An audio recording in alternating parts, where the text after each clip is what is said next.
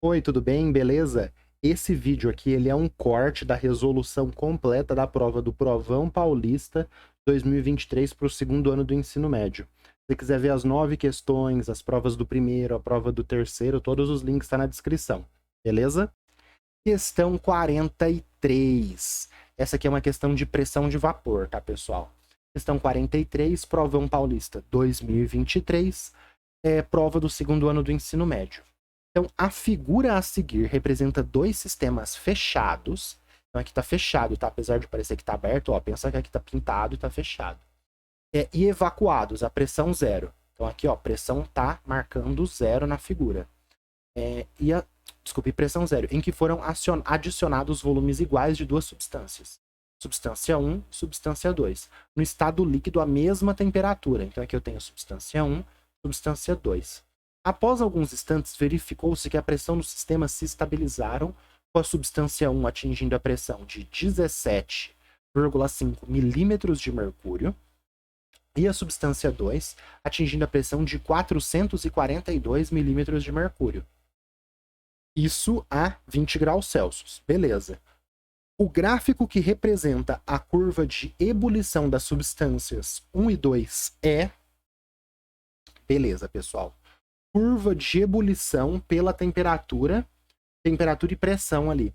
A gente vê isso em dois momentos. A gente pode ver isso ali, interações intermoleculares, como que as interações intermoleculares influenciam na substância 1, né? Uma substância pura ter esse comportamento, e a substância 2 pura ter esse comportamento. E a gente vê, de novo, mais frequentemente, em propriedades coligativas em pressão de vapor. Aqui, não está tendo efeito coligativo. Então, o que é efeito coligativo?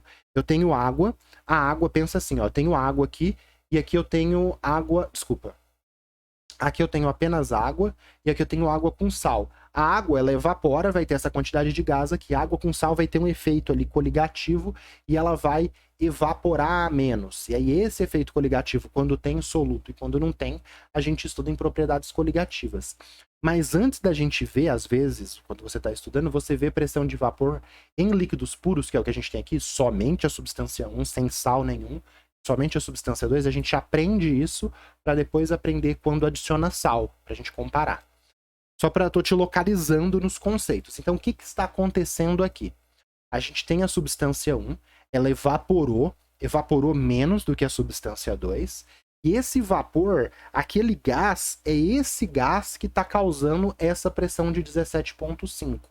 Aqui antes tinha vácuo, não tinha nada, e aí só tem essa substância 1 aqui. Isso daqui, pessoal, é a pressão do vapor, que a gente chama de pressão de vapor. Então a substância 1, ela evapora menos do que a substância 2. Se ela evapora menos, vamos pegar duas substâncias aqui para você entender o que está acontecendo. Aqui não são essas duas substâncias, tá, pessoal?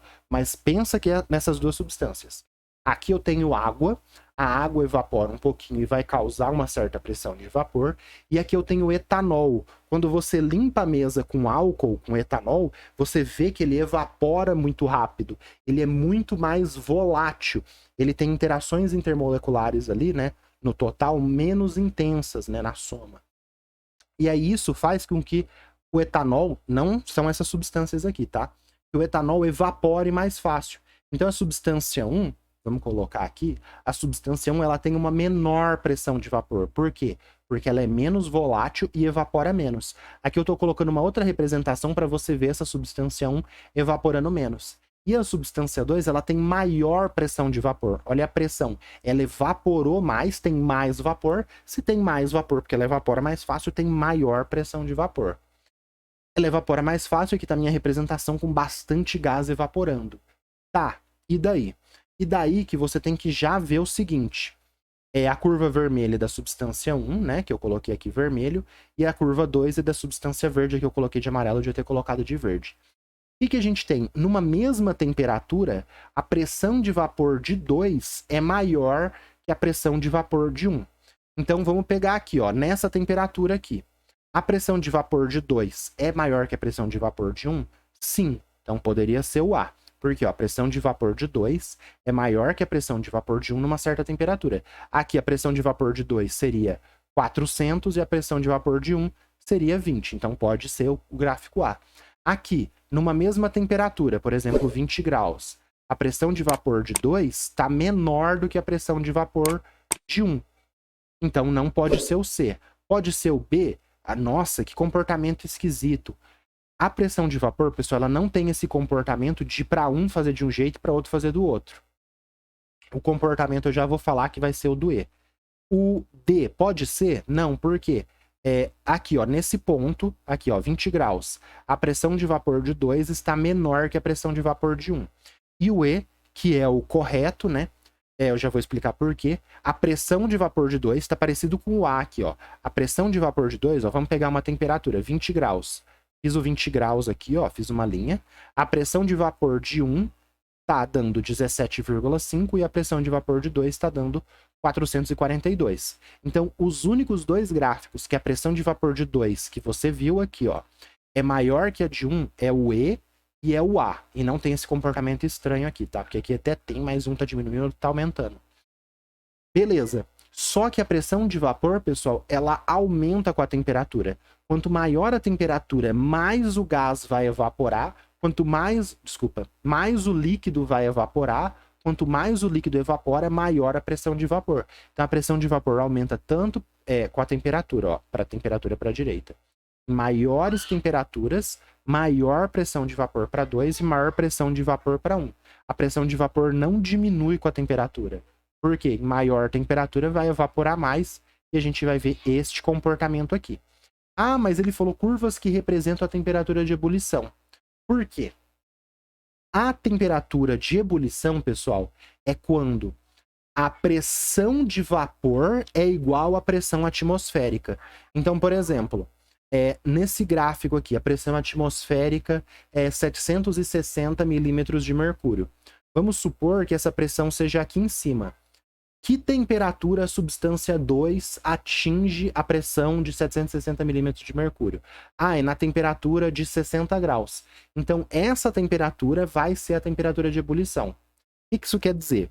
Vamos lá, né? Que eu expliquei aqui, você deve estar ficando meio perdido. Esse gráfico de pressão de vapor pela temperatura, ele te dá a temperatura de ebulição em cada pressão específica. Então, por exemplo, se eu tiver um ambiente que a pressão é 442 milímetros de mercúrio, a pressão. Como a pressão de vapor, aqui ó, como a pressão de vapor, então vamos lá, ó, presta atenção. Como a pressão de vapor do 2 é 442 milímetros de mercúrio a 20 graus Celsius, se eu colocar esse líquido 2 num frasco nessa situação de pressão, o líquido 2 ele vai começar a ferver. Ele vai ferver a 20 graus. Então você consegue descobrir qual temperatura de ebulição para aquela pressão. Então você consegue fazer uma relação de temperatura de ebulição com pressão e prever se uma substância está ebulindo ou não com esse gráfico aqui. Tudo bem? Aí tem mais coisas, tal. Por isso que ele falou de curvas de ebulição. Então por isso é a alternativa E, questão média. Por que eu considerei média e não difícil? Porque como ele deu esses dados aqui, você ficaria entre o A e o E, sabendo que o 2 tem maior pressão do que o 1. Então o 2 tem maior pressão do que o 1 apenas no E e apenas no A. Então você já teria 50% de chance no chute. E aí entender que a pressão de vapor, né, aumenta conforme aumenta a temperatura, porque evapora mais, tem mais vapor, causa mais pressão, aí seria a parte que você teria que ter estudado. Mas por isso que eu considerei média. Se ele não tivesse, sei lá, falado... sei lá, não tivesse dado a temperatura, a pressão, tivesse dado só esse manômetro aqui, que é esse equipamento de medir pressão, tivesse dado só o manômetro para medir pressão, aí já ficaria mais média para difícil. Eu sei que você deve estar bravo, porque talvez você não tenha estudado isso no seu ensino médio. Mas para a pessoa que está se preparando, que viu o que é pressão de vapor, esse gráfico aqui é uma das primeiras coisas que a gente vê.